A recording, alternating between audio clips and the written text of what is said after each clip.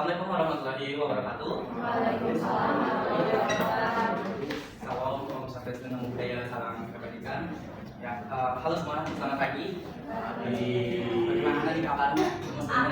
Alhamdulillah luar biasa. Allah Akbar. Ya, semoga kalian baik-baik aja ya pada hari ini gitu, pada hari atau minggu ini bahkan seterusnya gitu. Amin. Pertama-tama izinkan saya perkenalkan diri, yaitu saya Andi Pratamaji dari kelompok berikutnya. Di sini sebagai moderator pada talk show untuk kelompok 12 pada pertemuan kali ini. Nah, di sebelah kiri saya itu ada 3 narasumber yang udah matching gitu, hitam-hitam kayak mau melayat ya. Hitam-hitam gitu loh, kece banget gitu. Nah, mungkin boleh diperkenalkan diri gitu untuk sebelah saya gitu. Boleh perkenalan Pak? Saya. Halo semuanya. Halo. Perkenalkan nama saya Bagus Muhammad Amari Hamid. Bisa dipanggil dengan Damar. Halo Damar. Saya kenalin, saya Adriana. Biasanya dipanggil Feli atau entah kalian karena Halo. ya. Teman semuanya, nama saya semuanya. Halo Icek. Nah, udah pada kenal kan ya, dan itu udah kenalnya juga gitu. Jadi biar kalian lupa gitu. Nah, pada talkshow kali ini itu membahas mengenai sejarah politik Banten. Ya, sebelum masuk ke talkshow-nya atau materi yang akan diterangkan, mari kita lihat video berikut.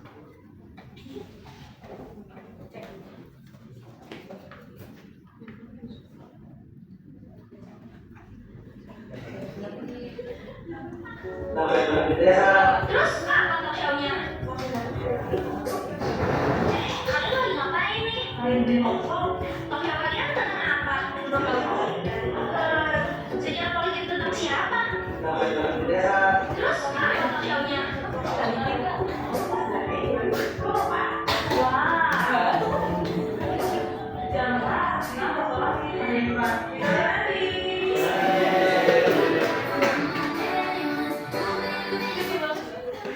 Ya, jadi itu video singkat dari materi kali ini gitu. Nah, kemudian udah kenal dan juga selanjutnya itu kita membahas tentang sejarah politik Banten. Nah, kalian di sini pada penasaran gak sih itu politik Banten itu gimana? Semangat bener nih bahas politik gitu ya. Nah, kita membahas mengenai politik dari zaman dulu. Mau tahu kan tanya? Jadi kita langsung saja ke narasumber kita yaitu Devin. Boleh jelasin apa sih itu politik? Gitu. Baik, sebelum itu saya mau tanya, ada tahu gak sih arti kata politik? Saya ada tahu arti kata politik gak? Gak tahu ya? Sama belum tahu nih? Betul. Kami tahu. Apa sih? Jadi bingung aja apa sih gitu? Gak tahu gak? Gak pernah gue itu. Baik, baik, bisa saya tahu. Nah, kata politik ini berasal dari bahasa Yunani yaitu polis yang artinya negara. Dalam arti luas, politik adalah suatu aktivitas yang dibuat, dipelihara dan digunakan. Udah gitu. Suka dibangun dari mana Pak? Dari awal aja ya, karena kita beberapa. Jadi kata politik berasal dari bahasa Yunani yaitu polis artinya negara. Dalam arti luas, politik adalah suatu aktivitas yang dibuat, dipelihara dan digunakan untuk masyarakat untuk menegakkan peraturan yang ada di dalam masyarakat itu sendiri. Menurut KBBI, politik adalah pengetahuan mengenai ketatanegaraan seperti sistem pemerintahan atau dasar pemerintahan, segala urusan dan tindakan, kebijakan, siasat dan sebagainya mengenai pemerintahan negara atau negara lain seperti itu. Menarik banget ya, apa sih makna dari politik, apalagi dari narasumber dan juga di sini disebutkan narasumber menyebutkan dari KBBI bahkan dari kamus gitu. Nah, dan para ahli itu apa sih arti politik gitu dari menurut para ahli? Nah, itu bisa kalau dijelasin ya sih ada seperti bisa. Pengertian politik menurut para ahli itu ada ya. Jadi di sini saya mengambil sedikit pengertian dari beberapa ahli. Yang pertama itu ada menurut Aristoteles. Jadi menurut Aristoteles ini politik adalah usaha yang ditempuh keluarga negara untuk mewujudkan kebaikan bersama. Nah, yang kedua itu ada dari Rambang Subagio.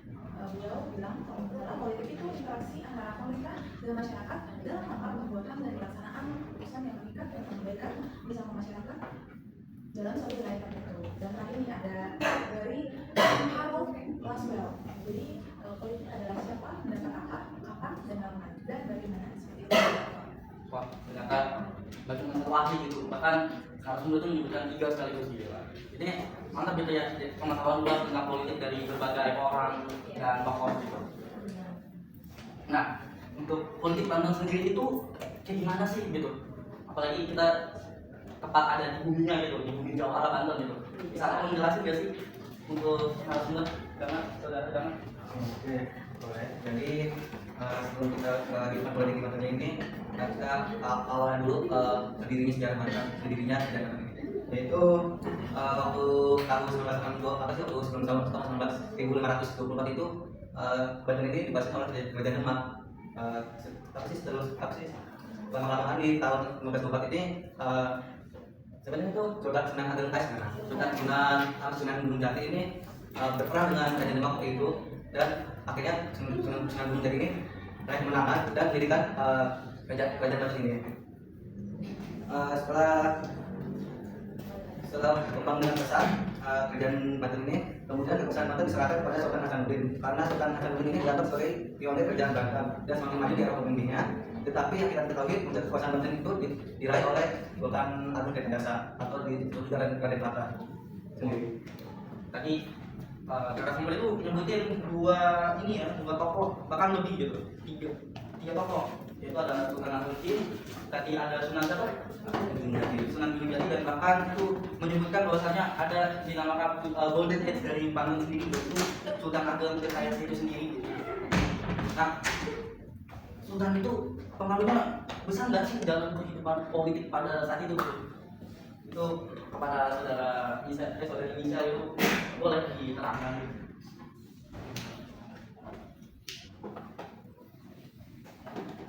Itu sangat berpengaruh juga ya. Tapi sayangnya politik kerajaan di Banten itu pada masa pertahanan Tirtayasa sendiri sangat bagus sekali. Namun kesuksesan Sultan Sunan yang berjaya berhasil itu tidak terlepas dari situasi itu. Jadi masa kejayaan yang ada di Sultan Banten itu ada di eranya si Sultan Agung Tirtayasa. Karena beliau dulu sempat pergi ke Eropa, Tengah dan Asia untuk bekerja sama dengan orang-orang di Nusantara. Karena kemakmuran ekonomi dan posisi Banten sebagai pusat perdagangan global. Jadi Sultan Agung Tirtayasa ini membangun hubungan politik dengan negara lain supaya Banten ini tuh dapat menjadi pusat perdagangan yang sampai ke internasional gitu. Apalagi Sultan Agung Tirtayasa itu pernah mengirimkan orang untuk belajar ke Arab sambil berdagang dan bekerja sama dengan Inggris, Prancis, dan negara lain. Tapi Sultan Agung Tirtayasa ini ada hubungan konflik nih dengan Sultan Haji yang mana kita tahu itu putra sulungnya si Sultan Agung Tirtayasa.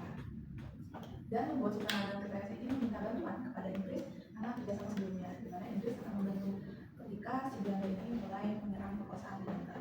Seperti itu. Wah, anak pembangkangnya Sultan Haji gitu, dan ingin bapaknya gitu di kekuasaan gitu. Dan juga tadi narasumber itu menyebutin kalau Banten sendiri itu pernah berdiplomasi gitu ke luar negeri, bahkan Inggris, Prancis, bahkan Arab gitu, bahkan pernah belajar di Arab. Nah, terus kan tadi disebutkan bahwasannya berkonflik dengan anaknya sendiri. Nah, bagaimana sih saat konflik tersebut dengan Sultan Haji itu gimana sih gitu gambarannya atau kondisinya gitu? Saudara Ibrahim boleh dijelaskan gitu. Baik, si konflik sama Sultan Haji ini sangat benar-benar kacau ya, membuat kondisi politik Banten juga dan mencekam. Di kalangan rakyat Banten, satu Sultan Agung Tirtayasa hampir berakhir. Pada saat itu, rakyat Banten mulai gelisah karena adanya pergeseran di dalam istana Banten, diikuti oleh Respublika tahun 2017.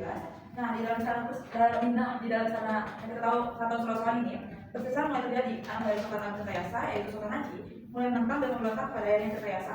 Ternyata anak Sultan Agung Tirtayasa ini, yaitu Sultan Haji, beradu domba antara ayahnya dan anaknya. Jadi si Sultan Haji ini meminta bantuan kepada pihak Belanda, yaitu VOC ya, yang kita tahu. Dan saat itu politik Sultan Banten benar-benar berubah drastis ketika anak Sultan Tirtayasa, yaitu Sultan Haji, memimpin kerajaan Banten. Seperti itu. Menarik banget ya, ada kisah durhaka gitu dari seorang sultan yang pernah berkuasa gitu. Nah, kalian tahu nggak sih, nih di sini nih saya mau nanya gitu, politik adu domba tuh yang dihindari Belanda namanya apa yuk? Ayo coba. DVD ya pernah. Artinya Politik adu ya, jadi politik adu domba sendiri itu di Belanda itu namanya divide et impera. Nah, terus kan tadi kan pasti kan di atas itu bergejolak, pasti kondisi masyarakatnya juga ikut bergejolak gitu. Nah, gimana sih kondisi sosial masyarakat Banten itu sendiri pada saat terjadinya konflik antara Sultan Haji dan Sultan Agung Tirtayasa gitu di kerajaan? Mungkin saudara dapat boleh menjelaskan itu? Oke, jadi sebelum berpindahnya kekuasaan antara kekuasaan Sultan Agung Tirtayasa kepada Sultan Haji ini, kondisi sosialnya itu masih bertambah seiring dengan dinamika kehidupan masyarakatnya dan mulai berangsur ajaran Islam. Pada saat itu masyarakat itu masih kayak rakyatnya masih tradisional gitu, membuat rumahnya dengan sendiri, kayak sekarang gitu, rumahnya masih dipakai kayu gitu, pakai batu bata.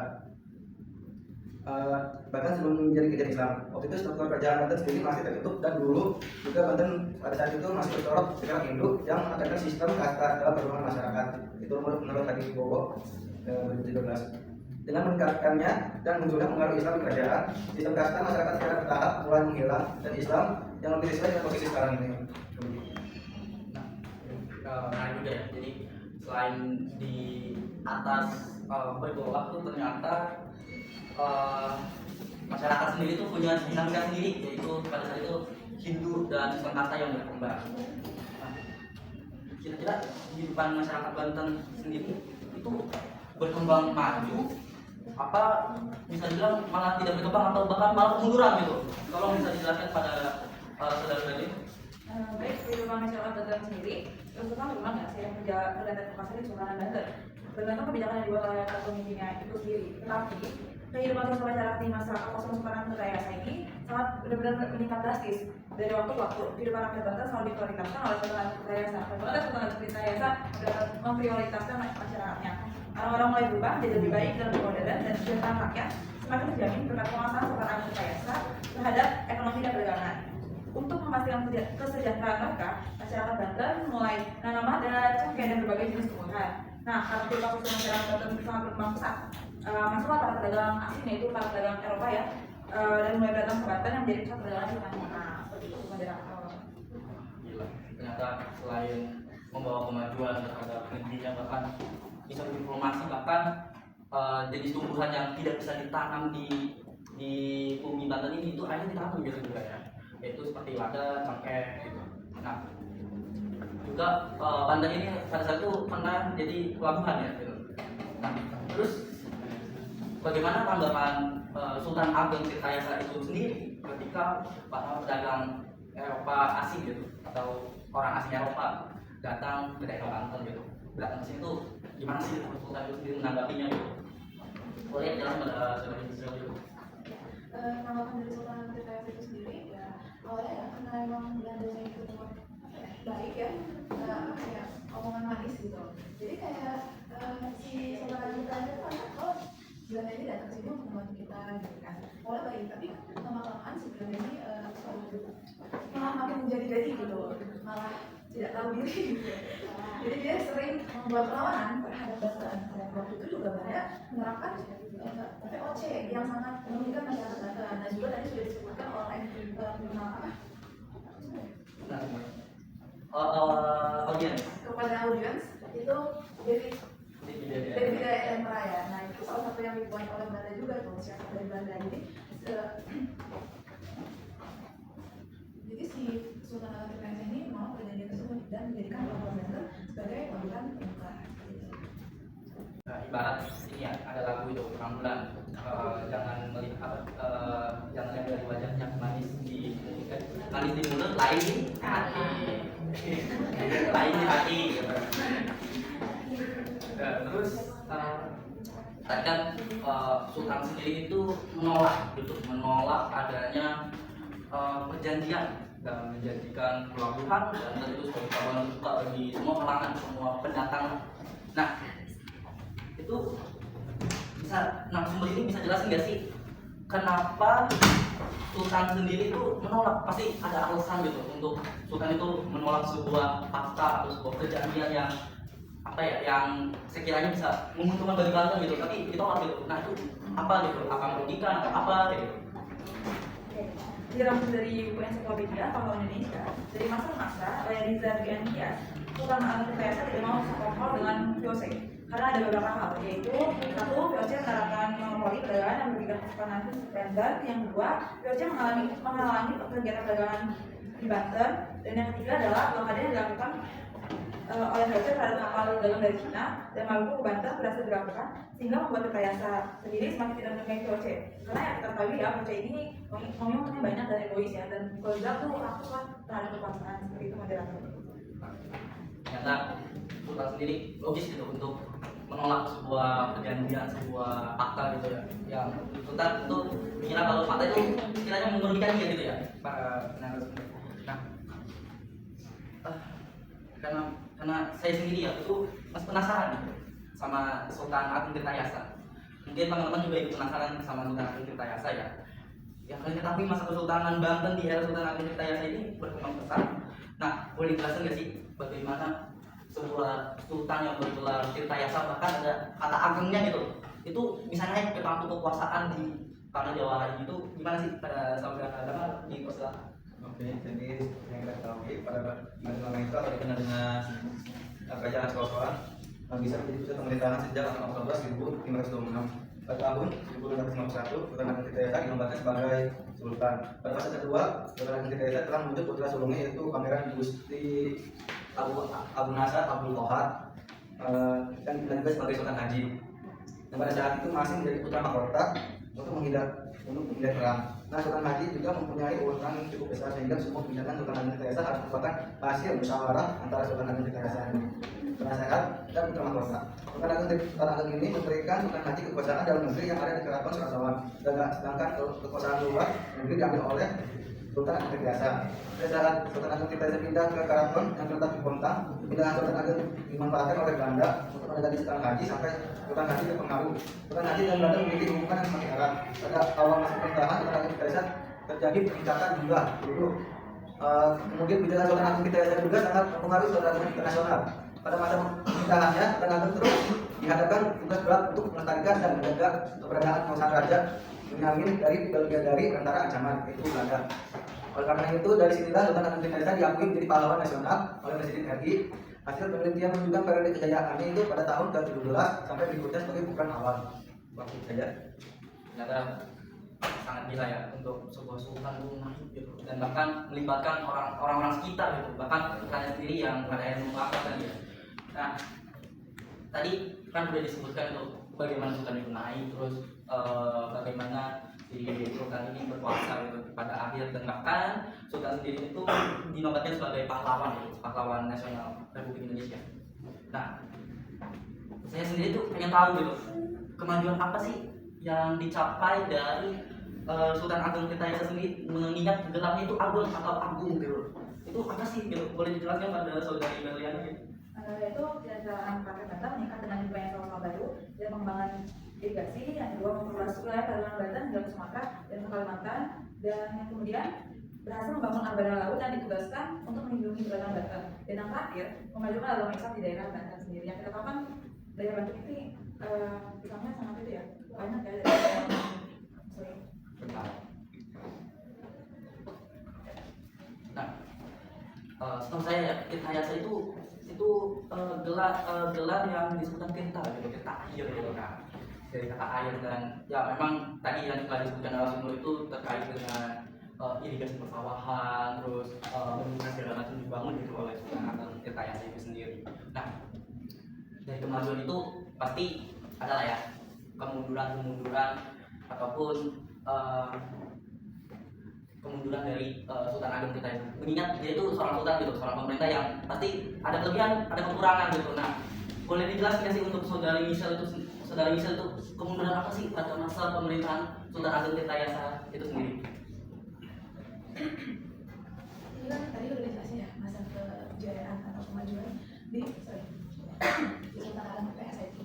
Nah, selama karena udah ada perjalanan kemajuan, sekarang saya akan menjelaskan tentang bagaimana sih kemundurannya gitu kan. Nah, selama Sultan Agung Tirtayasa ini, Sultan Banten ini mengalami kemajuan yang sangat besar dan kejayaan yang signifikan. Kondisi politik di sana Banten juga stabil dan berjalan lancar juga, tapi ada satu masalah, yaitu putra dari Sultan Agung Tirtayasa yaitu Sultan Haji yang menjadi raja muda dari Sultan Banten. Nah, mulai dari itu tuh udah mulai berubah tuh kekuasaannya, dan mana ketika kekuasaan Sultan Agung Tirtayasa juga mulai menurun dan berakhir seperti itu. Ternyata ini juga ya, Sultan Agung Tirtayasa diterpa selain kekuasaannya yang cukup gemilang, ternyata diterpa dengan sebuah kemunduran gitu. Apalagi dilihat dari tadi anaknya gitu dan durhaka gitu. Nah,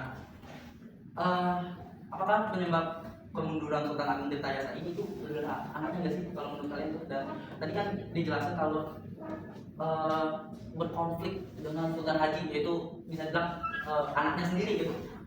Itu bisa dijelaskan nggak sih lebih rinci mengenai konflik dengan Sultan Haji ini sendiri? Itu kepada saudara Berlin mungkin bisa dijelaskan gitu. Boleh. Salah satu memang juga saudara si Sultan Haji ini ya anaknya Tirtayasa berkuasa dan bersekongkol dengan VOC.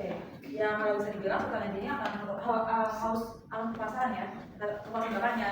Padahal bapaknya Sultan Agung Tirtayasa ini sangat menentang keras kedudukan VOC di Indonesia, dan waktu itu juga Sultan Agung ini membuat perlawanan terhadap VOC, yaitu dengan melakukan sabotase dan misalkan sampai kebun-kebun di VOC pada tahun 1666. Tak hanya itu juga, pasukan Banten juga membakar kampung-kampung yang dijadikan sebagai pertahanan Belanda dan berkat kegigihannya sejumlah kapal-kapal VOC serta beberapa pos penting berhasil dikuasai oleh Sultan Agung Tirtayasa. Tapi sayangnya anak Sultan Agung Tirtayasa ini tidak setuju dan menentang ayahnya.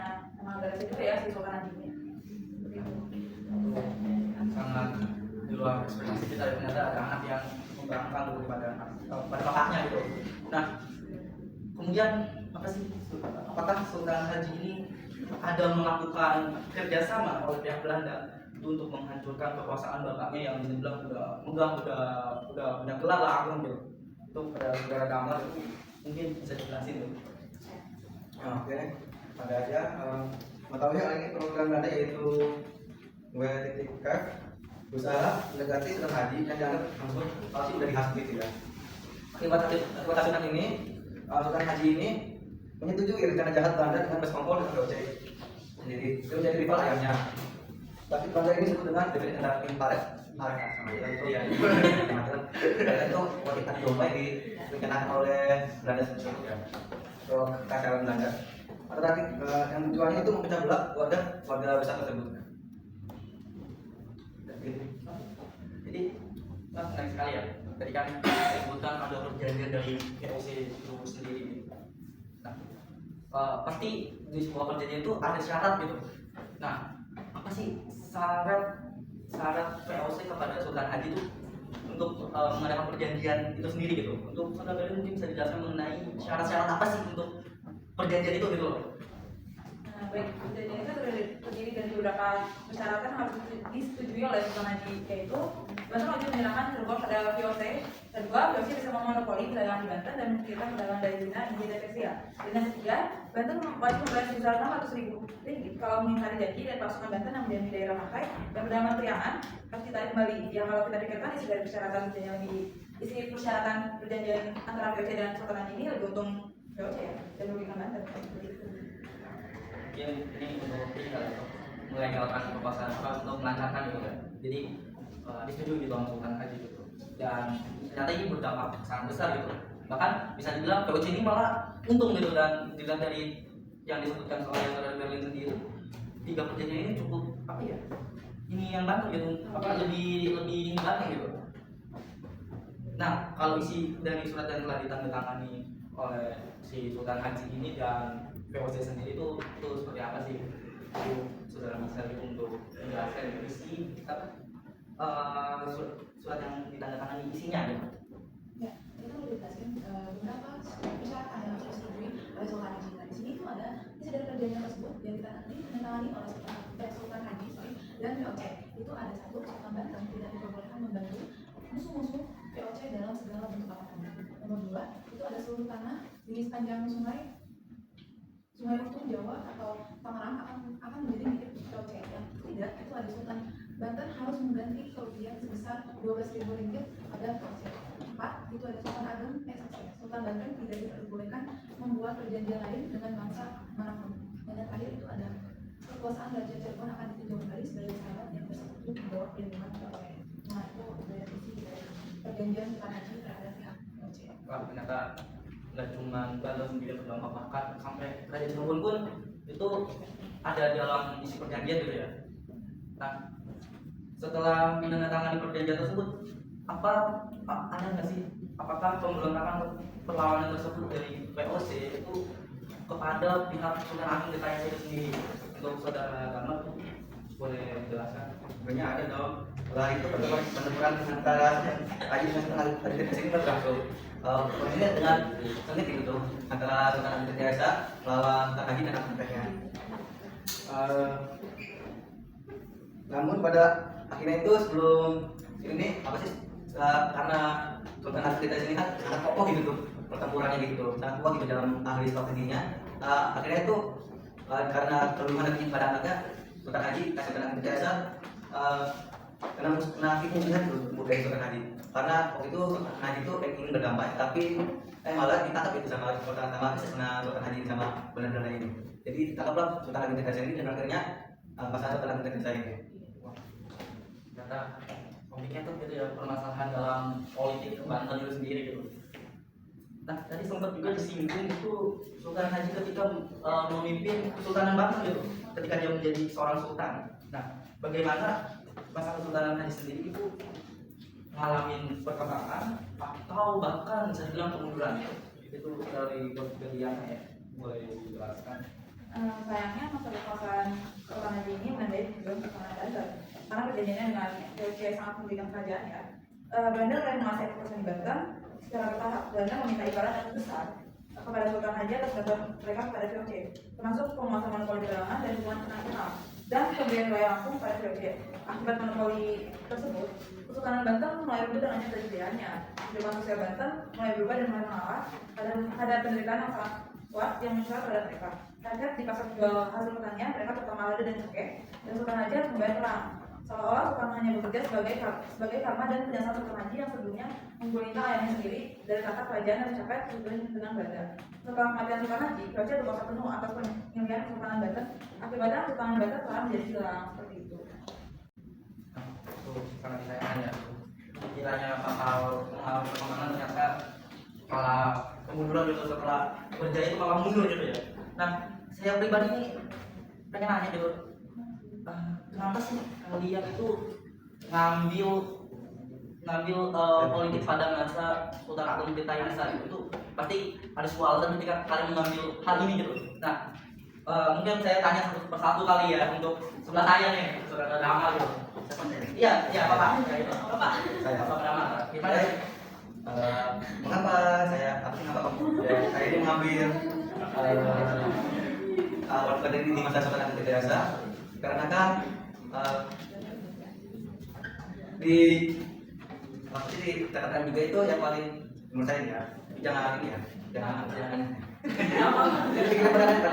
Ada saya juga termasuk kayak afisaran gitu ya. Afisaran saya kontennya juga bagus. Terus karena pada namanya sekarang di Getahe karena kita mengambil itu di masa kejayaannya pas berdirinya kayak masyarakat Banten sejahtera gitu, kayak ada namanya itu kan disebutkan tadi juga ada Sultan Agung Getahe ini membangun irigasi buat Banten ini sama perkembangan di pesawahannya. Nah, jadi itu dia saya mengambil di Sultan Agung Getahe ini karena begitu ya. Itu dari saudara Damal gitu ya. Nah, untuk yang berikutnya itu kalian apa sih? Itu mengambil Sultan Agung Getahe ini sebagai materi gitu pada kali ini.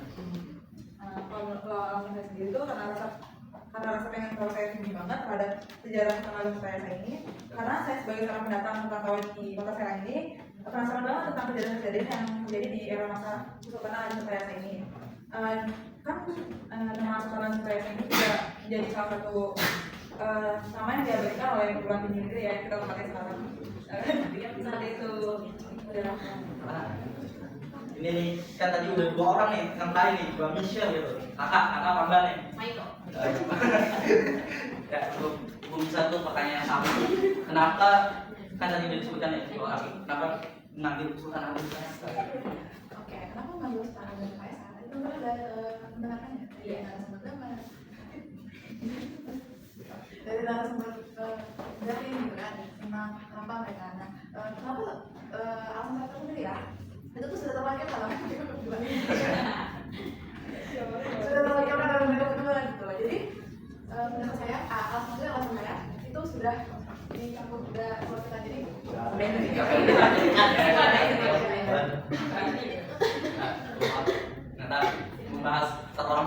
menarik gitu. Bahkan lebih dari satu sultan gitu, Sultan Haji dan Sultan Agung Tirtayasa. Tetapi yang menjadi highlight memang di sini tuh Sultan Agung Tirtayasa yang bahkan kampus kita sendiri itu dari Sultan Agung Tirtayasa. Nah, tadi kan materi sudah dipaparkan dengan cukup cukup asik gitu, cukup menggugah sebuah pertanyaan gitu. Nah, di sesi kali ini tuh pertanyaan gitu untuk 3 orang penanya itu boleh gitu dari para audiens untuk bertanya tentang politik, tentang Sultan Agung, tentang apa lagi lah. Dulu ya teman-teman ya. Belum. Satu, dua, tiga. Pertanyaannya yang menggugah mana nih?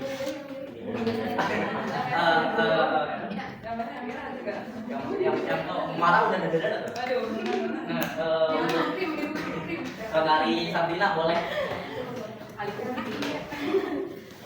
Izin bertanya ya, bagaimana sih hubungan politik yang ada di Banten gitu dengan kerajaan-kerajaan di sekitarnya? Kayak tadi kan ada Cirebon, terus Surakarta, nah itu gimana tuh hubungan politiknya? Jadi politik nasional. ya, jadi pertanyaan tuh gimana sih hubungan antara kerajaan Banten itu dengan kerajaan sekitarnya itu gimana? Apakah manyem atau konflik atau perang atau gimana lah gitu? Nah itu mengenai politik gitu Mbak. Ya, tentang politiknya tuh diplomasinya itu pada masa sekarang. Iya pada. Iya. Yang lain lah. Yang kalian kan Sultan Agung. Nah, untuk menanya kedua gitu, Mara udah stand dari Mara. Terima kasih moderator. Perkenalkan nama saya Mutia Kamara dari kelompok 2, dari kelompok 3 tema 2. Izin bertanya, tadi setelah dijelaskan tentang kemunduran era kejayaan Sultan Agung Tirtayasa yang disebabkan oleh kerajaan begini, pengen nanya, bisa tolong dijelasin nggak bagaimana pergantian sejarah politik kemunduran Sultan Agung Tirtayasa itu sampai dengan politik yang diterapkan sampai pada saat ini? Jadi kayak dari kemunduran era Sultan Agung Tirtayasa itu kan berubah politik yang sampai sekarang karena nggak dipakai era Sultan Agung lagi. Kita mau dijelasin nggak pergantiannya tuh kayak gimana sampai bisa tuh politik pakai presiden? Oh, jadi inti pertanyaan itu gimana perkembangan politik dari zaman kemunduran Sultan Agung itu sampai dengan sekarang, apakah ada gejolak atau apa gitu, pokoknya membahas tentang politik dari zaman ke zaman gitu, dari Sultan Haji, Sultan apa gitu sampai pada sekarang gitu di Banten itu gimana gitu politiknya, kayak gitu kan? Terima kasih. Pertanyaan ketiga gitu pada para penanya, ternyata ini ya apa pria gitu. Karena ada dari karena dari tadi ya udah penasaran gitu beda gini tuh untuk saudara Ali gitu. Terima kasih. Pertama saya mau terkait gelar dari Sultan Agung sendiri ataupun lainnya gitu kan, dulu pada saat dulu era kolonialisme sendiri gelar itu sangat dikagumi gitu. Tapi ternyata setelah kehadiran dari Banten sendiri gelar kayaknya biasa aja gitu, kayak saya lihat kamar kan belum gelar diplomatis, kayaknya biasa aja cuma sebagai ikonik aja gitu. Dan cuma orang kayak dihormati gitu. Itu kenapa bisa terjadi gitu? Terus yang kedua, Coba boleh dulu biar itu jelas tentang gelar. ya kenapa gelar dari kerajaan ataupun keraton itu sendiri itu menjadi biasa aja di saat sekarang atau cuma sebagai orang lain Sebagai semaan gitu. Terus ada lagi pada saat politik yang antara politik atau pemimpin yang merah tadi itu kan terjadi perang saudara dengan antisipasi perang saudara dari Sultan Haji sama Sultan Agung sendiri. Itu ada sih sebelumnya antisipasi dari Sultan Agung sendiri itu apakah dia sudah tahu bahwa akan terjadi perang sama anak sendiri ataupun belum gitu antisipasi itu sendiri gitu. Terima kasih. Jadi di pertanyaannya itu kenapa gelar saat itu dihormatin gitu, dan pertanyaan kedua itu antisipasi dari Sultan Agung Tirtayasa sendiri itu dalam pemberontakan Sultan Haji gitu. Ya, pokoknya tentang itu. Mungkin menunggu sambil menunggu gitu ya. Boleh jawabnya. Mau dijawab langsung? Oh, wow, gila. Ternyata ini ya. Tulen serang langsung gitu. Mungkin pertanyaannya dari saudari Gina itu dijawab oleh Bapak Dama gitu. Terima kasih pada saudari Sabrina yang sudah mempertanyakan isu pertanyaan tersebut, yaitu hubungan diplomatik kerajaan dengan kerajaan sekitarnya. Itu ada hubungannya itu seperti Mataram dan Cirebon. Karena itu Mataram dan Cirebon itu paling dekat sama apa sih warga sama namanya itu Raja Banten ini. Yaitu kan waktu itu kan ada tempuran dari VOC gitu. Nah itu Sultan Ampel menawarkan kayak faktor politiknya seperti perjanjian diplomatik kalau terjadi apa-apa kita akan membantu gitu. Nah juga sama ekonomi juga sama juga gitu. Sebenarnya kalau ada yang itu kekurangan ekonominya atau SDM-nya di kerajaan tersebut bisa dibantu dengan kerajaan Banten ini. Yang lain untuk awalnya juga bisa diberikan. Kan waktu itu kan ada beberapa gitu di sana pasar di Banten ini. Tapi untuk ketahuan itu sangat apa namanya kayak modern gitu. Kayak irigasinya ada kan juga kapan irigasi yang di Batam itu kan ada abang apa sih namanya itu pengindalan ya, pengindalan tuh ada pengindalan abang itu yang buat kayak nyaris apa gitu tuh, yang kayak itu kayak bukan kayak apa gitulah. Terus ada pengindalan putih juga, itu pengindalan putih itu yang kayak penyaringan buat ini. Nah kalau yang ada emas itu proses akhirnya itu yaitu yang bisa diminum juga tuh yang olah gitu yang emas. Terus ada diplomatik ini juga menawarkan bantuan keamanan gitu kan, kayak waktu itu kan masih ada tempuran dari VOC gitu yang terus kan supaya kerajaan di Nusantara ini berpihak pada Belanda ini. Jadi jadi kerajaan Banten ini menawarkan bantuan seperti mengirimkan pasukannya untuk melawan penjajah ini. Bisa memberikan kesimbangan ke suatu perusahaan di wilayah Nusantara melalui hubungan dengan hubungannya. Oke, tidak. Nah, kita sudah jelas.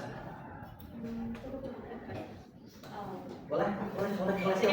Jelasin ya tentang kerjasamanya gitu. Apakah kerjasamanya itu adalah bentuk perjanjian atau hanya cuma sebatas kerjasama biasa gitu? Ada nggak sih dalam bentuk perjanjiannya gitu? Nah, kalau perjanjian itu tidak dituliskan dalam sebuah ada artikel, belum ada kayak ditulis gitu di artikel tersebutnya. Jadi saya tidak mengetahui perjanjian apa saja. Jadi intinya itu ada perjanjian aja di situ. Untuk informasi kebutuhan saya sendiri itu pernah meneliti tentang Depok, dan Depok sendiri itu menjadi tempat pertemuan 3 kerajaan dalam melawan pasukan Sunda gitu. Jadi Banten, Cirebon dan Mataram itu melawan kerajaan Sunda itu ngumpulnya di Depok gitu. Jadi ada sebuah diplomatik gitu terkait hal ini. Mungkin secara tertulis atau enggaknya kita masih belum nemu ya, karena kan itu lama gitu, 1500 gitu. Jadi iya, ada 1900 ada 1900 pokoknya tentang apa penyerangan itu ke kerajaan Sunda gitu, yang tepatnya muncul di Cirebon di Depok gitu. Jadi istilah kata ada diplomatiknya, ada politik luar negerinya juga lah gitu. Mungkin sambil menunggu 3 jawaban lagi gitu sih, empatin saudara nanya juga gitu. Jadi mungkin kita ice breaking kali ya.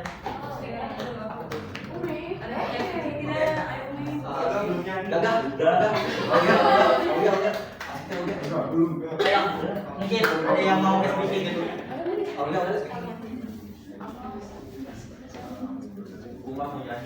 Iya boleh sama ini. Oh katanya pada ada yang punya itu ya, siapa ya yang ini ya? Kita belum tunjuk mau siapa yang nyanyi. Udah beneran. Tidak. Ini teman-temannya cewek Aldi. Nih, saya punya speaking gitu. Speakingnya angka boom. Oh. Angka boomnya itu perkalian 8 dan di belakangnya 8. Dia ngerti.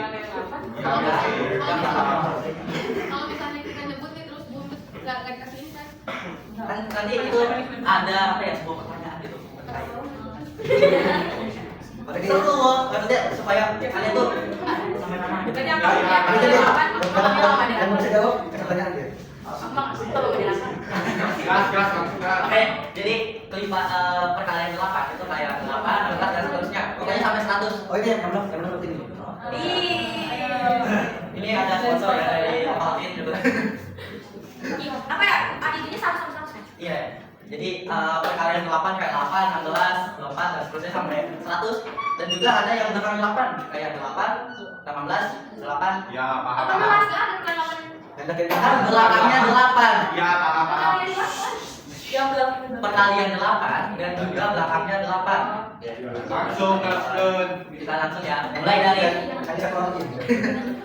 Langsung dari mulai. dari depan terus belakang ya. Berarti ada dua ininya. Jadi depan dulu nih. Nih misalkan dari Laila. Yang depan dulu nih semua. Ya langsung. Kita baru Rio ke belakang. Ya. Ya Nah, jadi gini, kan kalian ada dua baris. Nih, dengerin. Kalian kan ada dua baris, depan sama belakang. Nah, barisan depannya dulu. Iya langsung. Paham kan? Lalu barisan belakangnya. Iya. Habis dari ke belakang. Iya. Iya langsung. Iya. Ngerti kan? Mulai dari Lela. Ya. Sama angkatan lipatan perkalian 8 sama belakangnya 8 itu boom gitu. Ya langsung. 1, 2, 3, 4, 5, 6, boom. 6, 7, boom. Ya. Jadi langsung digantikan. Oh, iya. Boom. Ya. Berapa pertama? Hitung berapa? Itu kayak apa itu? Kata itu. Kayak hitung. Langsung. Kesalahan.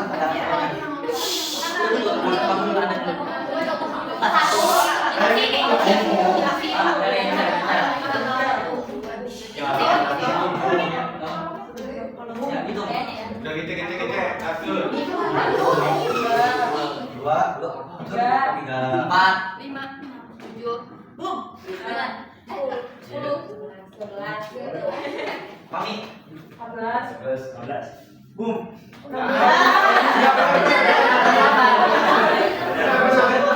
Terus Boom. 16. belakangnya 8. Berapa? 3, Kamu? 25. 14? Weh, ayo buat yang sekarang ya. Hah?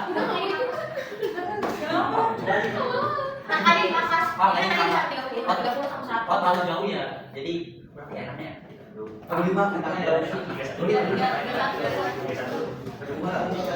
Sampai berapa ini? Lipatan perkalian 4 dan di belakangnya 4. Perkalian 4 dan belakangnya 4. Kita mulai dari saudari Michelle. Lagi. Ganti. Oke, dari Aku. Oke, dari aku ya. Aku. 1, 2, 3. Boom. 7, Boom.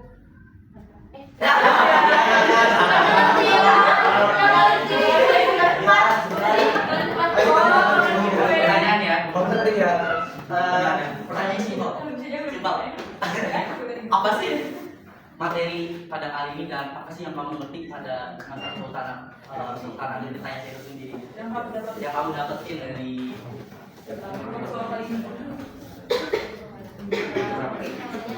dari materi ini ya sejarah politik Banten. Tadi yang dibahas itu awal kenaikan Sultan Bayangkara. Terus habis itu ngejelasin ya kemajuan kemunduran waktu pada masa Sultan Agung jadi cara menyimak gitu ya. Mulai dari Sultan Agung bahkan yang tuh yang ya seperti baginya. Sini, enggak.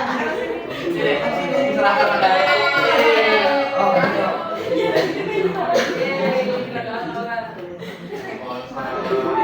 karena kondisi jatuh dengan kondisi pakai F ya.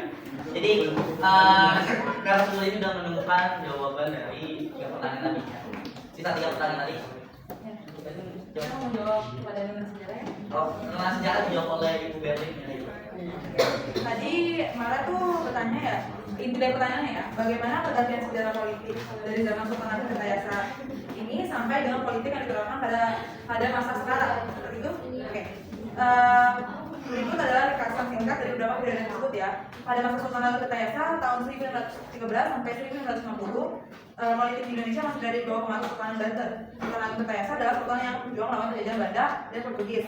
Yang kita tahu kan dia melawan Belanda ya, dan Portugis dan berusaha mempertahankan kemerdekaan Banten. Namun akhirnya Sultan Rekayasa dikalahkan dan dibuang ke Pulau Sunda Kecil, yaitu Batavia. Nah, yang kedua itu masa kolonialisme Belanda tahun 1900 sampai 1942. Pada masa ini Belanda mulai menguasai Indonesia dan menerapkan berbagai kebijakan kolonialisme. Salah satu contoh kebijakan kolonialisme Belanda adalah politik etis atau yang disebutkan dengan politik balas budi. Ia diterapkan sejak 17 September 1951 hingga 1942. Politik etis berfokus pada meningkatkan kesejahteraan rakyat Indonesia dan memberikan hak-hak yang lebih luas kepada rakyat Indonesia. Namun, kebijakan ini juga memiliki beberapa kekurangan, seperti diskriminasi terhadap rakyat Indonesia yang berpendidikan rendah dan tidak adanya kesetaraan derajat antara rakyat Indonesia dan Belanda. Yang ketiga yaitu masa revolusi nasional tahun 1945 sampai 1949. Pada masa revolusi nasional, Indonesia berjuang untuk memperoleh kemerdekaan dari Belanda. Pada 17 Agustus 1945, Indonesia secara resmi merdeka dan menjadi negara yang berdaulat. Pada masa ini, politik di Indonesia berfokus pada mempertahankan kemerdekaan dan membangun negara yang baru. Tadi udah ketiga ya. Keempat, masa awal kemerdekaan tahun 1945 sampai 1950. Pemerintah Indonesia masih belum mengatur sistem pemerintahan secara sempurna. Para pendiri Indonesia, Soekarno dan Hatta, dilantik sebagai presiden dan wakil presiden pada tanggal 18 Agustus 1945. Sistem pemerintahan yang diterapkan pada masa ini adalah sistem presidensial. Namun, akhirnya sistem ini tidak cocok dengan kehidupan politik bangsa Indonesia yang majemuk. Sehingga Presiden Soekarno mengumumkan definisi presiden pada tanggal 5 Juli 1959 yang mengakhiri sistem demokrasi liberal dan mengalihkan Undang-Undang Dasar 1945. Setelah itu masa yang keenam, masa demokrasi liberal 1950 sampai 1959. Pada masa ini Indonesia mengalami sistem multi-partai. Ada banyak partai politik dengan berbagai ideologi dan tujuan politik. Namun kehidupan politik di Indonesia pada waktu itu jadi tidak stabil karena sering gonta-ganti kabinet. Dan masa yang ketujuh, masa demokrasi terpimpin 1999 sampai 1996. Pada masa ini Presiden Soekarno mengembangkan sistem demokrasi terpimpin yang berfokus pada stabilitas politik dan mengabaikan sistem multipartai. Yang ke-8, masa Orde Baru 1996 sampai 1998. Presiden Soeharto mengambil kekuasaan pemerintah Indonesia selama lebih dari 30 tahun. Pemerintah Orde Baru memerintah dengan sistem presidensial dan berfokus pada pengembangan ekonomi. Namun pemerintahan ini juga diwarnai oleh penindasan dan korupsi. Yang ke-9, masa reformasi 1998 sampai sekarang. Pada masa reformasi, Indonesia mengalami perubahan politik yang signifikan. Presiden Soeharto mengundurkan diri dan berbagai perubahan konstitusional dilakukan untuk melemahkan sistem pemerintahan yang otoriter. Pada masa ini, Indonesia juga mengalami perubahan sistem pemerintahan dari presidensial ke parliamentarian. Masa Jokowi 2014 sampai sekarang. Pada masa Jokowi ini, politik Indonesia berfokus pada pembangunan infrastruktur dan meningkatkan kesejahteraan rakyat. Pemerintah Jokowi dipimpin oleh Presiden Joko Widodo yang berusaha memperbaiki sistem pemerintahan dan meningkatkan kualitas hidup rakyat Indonesia. Seperti itu. Ya. Dan untuk pertanyaan tadi kan itu bisa boleh? Ya, sini saya ambil dari Aldi ya. Pertanyaannya kan tadi karena di era kolonial tuh kenapa sih di era sekarang tuh keluar tuh dipandang biasa ya, sedangkan waktu di era kolonial tuh juga dihormati sangat dihormati gitu kan. Nah, jadi tuh ada beberapa faktor ya. Yang satu itu ada pergeseran nilai sosial, di mana di era kolonial itu masyarakat itu feodal dan hierarkis, di mana telah mewakili status sosial dan kekuasaan itu sendiri. Sedangkan di era modern ini atau di era sekarang, masyarakat itu lebih egaliter dan demokratis, jadi nilai individu lebih dihargai daripada status sosial. Terus sekarang juga kan udah kesetaraan sosial ya, di mana semua orang ditandang sama. Bahkan di era kolonial pun status perempuan pun nggak dipandang gitu, tapi sekarang status perempuan sudah dipandang juga, sudah menjadi kesetaraan gender juga. Nah, yang kedua ada akses pendidikan yang luas, di mana di era kolonial itu pendidikan itu terbatas, sehingga yang dapat pendidikan itu di kalangan elit yang mempunyai gelar atau mempunyai status yang tinggi gitu. Tapi di era modern itu biasanya pendidikannya sudah luas, kita nggak punya gelar kok kita bisa mendapat pendidikan gitu. Nah, yang ketiga itu ada perubahan peran gelar, dimana di era kolonial gelar sering kali digunakan untuk mendapat pekerjaan, jabatan, dan keuntungan ekonomi. Sedangkan kalau di era modern atau di era sekarang itu gelar itu juga masih penting, tapi untuk beberapa profesi. Namun tidak lagi menjadi satu-satunya faktor penentu kesuksesan. Jadi kalau zaman dulu kan, kalau misalnya dia udah ada gelar sultan atau lain sebagainya itu dia udah dihormati, udah sangat amat bagus lah ya. Kalau sekarang kan maksudnya bukan dihormati, tapi udah setara gitu loh, nggak ini lagi ya, nggak perlu gelar itu nggak jadi penentu kesuksesan itu orang itu sendiri gitu. Terus ada munculnya profesi baru. Jadi di era kolonial profesi didominasi oleh bangsawan dan birokrat. Sedangkan di era sekarang tuh munculnya banyak profesi baru yang tidak memerlukan gelar gitu. maksudnya gelar ini ya, gelar kerajaan gitu ya. Kalau sekarang kan gelar masuk gelar tuh kayak gelar akademik gitu kan. Kalau zaman dulu tuh gelar kerajaan. Tapi kalau sekarang gelar kerajaan nggak dipakai, tapi sekarang dipakainya gelar akademik gitu. Terus ada itu sih. Nah, terus sama pertanyaan satu lagi ya tadi ya. Dan satu lagi tuh pada saat perang politik ada nggak sih antisipasi si perang politik itu sendiri terhadap perang politik itu ada ya, di bidang militer itu sesuatu yang berkaitan memperkuat angkatan militer Banten dengan melatih para prajuritnya untuk meningkatkan kesenjataan. Jadi beliau juga mencari hubungan dengan kerajaan-kerajaan lain yang sudah dijelaskan tadi, kerajaan yang di sekitar Jawa untuk mendapat bantuan militer juga. Nah, Sultan Ampel juga berusaha untuk mendapat dukungan rakyat dengan melakukan berbagai program yang rakyat. Ia juga meningkatkan syiar Islam dan memperkuat nilai-nilai agama di masyarakat. Pada PPS juga melakukan diplomasi ya, yang tadi dijelaskan tadi, berusaha untuk menyelesaikan dia tuh berusaha menyelesaikan konflik terhadap dengan Belanda ini secara damai melalui diplomasi sendiri yang tadi sudah dijelaskan. Tapi ya tadi adalah dalam satu Sultan PPS juga memperkuat dan meningkatkan pertahanan di Banten untuk mengantisipasi serangan dari Belanda atau pasukan dari pihak yang berlawanan. Dia juga memerintah pembangunan benteng-benteng baru di lokasi yang strategis. Nah, Sultan PPS juga meningkatkan kewaspadaan terhadap pergerakan Belanda dan pasukan dari pihak yang berlawanan. Beliau juga memerintah patroli dan penjagaan di berbagai wilayah untuk mencegah serangan mendadak. Jadi ada antisipasinya. Dan antisipasinya dari kita Boleh? Ini kan sedikit menambahkan tentang gelar-gelar tuh. Kalau misalkan di era sekarang, menurut saya tuh untuk gelar tuh apa ya? Untuk penamaan tuh hanya penamaan aja biar apa ya? Biar keren aja gitu. Contohnya Bagus Gamal, Gamal tadi dari mana? Kakek. Oke. Bapaknya pasti. Oke. Kalau misalkan saya sendiri kan, saya itu ada Wijaya ya. Wijaya itu nggak ada sangkut pautnya dari keluarga dan itu tuh hanya penghias nama aja. Kalau misalkan sekarang kan kebanyakan gitu ya, nama-nama gelar tuh sebagai penghias. Kalau dulu tuh gelar tuh diberikan, kayak misalkan Raden Pasar kan itu pakai Sultan Ageng ya, kan itu diberikan, kata gelarnya itu diberikan, bukan diberikan dari sejak lahir. Gitu tuh.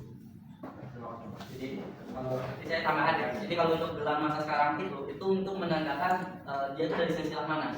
Gitu. Kayak misalkan Bang sendiri, Bang itu pasti punya silsilah Kesultanan Belanda. Gitu. Kayak misalkan gelar Andi itu juga punya silsilah dari Sulawesi. Tapi saya sendiri itu bukan orang Sulawesi gitu. Itu pemberian nama dari salah satu teman keluarga saya gitu. Diberikan ke saya dan pasti harus diturunkan gitu. Dan kalau untuk Raden itu pertama gelar Raden itu bisa ke anak gitu. Jadi turun temurun lah. Kalau sekarang itu untuk istilah kata buat legitimasi dia tuh dari keluarga mana kayak gitu untuk gelar kerajaan. Mungkin talkshow kali ini saya banget ya telah selesai gitu. Jadi saya akan membacakan kesimpulan dari talkshow kali ini. Kesimpulannya ialah ketika Sultan Ageng Tirtayasa kondisi Jatanasan. Ketika Sultan Ageng Tirtayasa memerintah Banten dari tahun 1651 sampai 1682, Kesultanan Banten berkembang pesat. Beliau meningkatkan populasi Banten dan mengembangkan perdagangan internasional dengan negara-negara lain seperti Eropa dan Timur Tengah. Namun keadaan politik dan sosial Banten menjadi lebih buruk setelah konflik sengit antara Sultan Hadi dengan Sultan Ageng Tirtayasa yang menjatuhkan ayahnya dengan cara bersekongkol dengan pihak VOC. Dengan cara yang salah, Sultan Ageng Tirtayasa ditangkap. Kemudian Sultan Banten yang dipimpin oleh Sultan Haji mulai runtuh akibat perbuatannya. Mungkin talkshow kali ini diselesaikan. Saya sebagai moderator mewakili narasumber mengucapkan mohon maaf apabila ada tutur kata, ucapan yang salah. Saya mohon maaf. Wabillahi taufiq wal hidayah. Wassalamualaikum warahmatullahi wabarakatuh. Waalaikumsalam warahmatullahi wabarakatuh.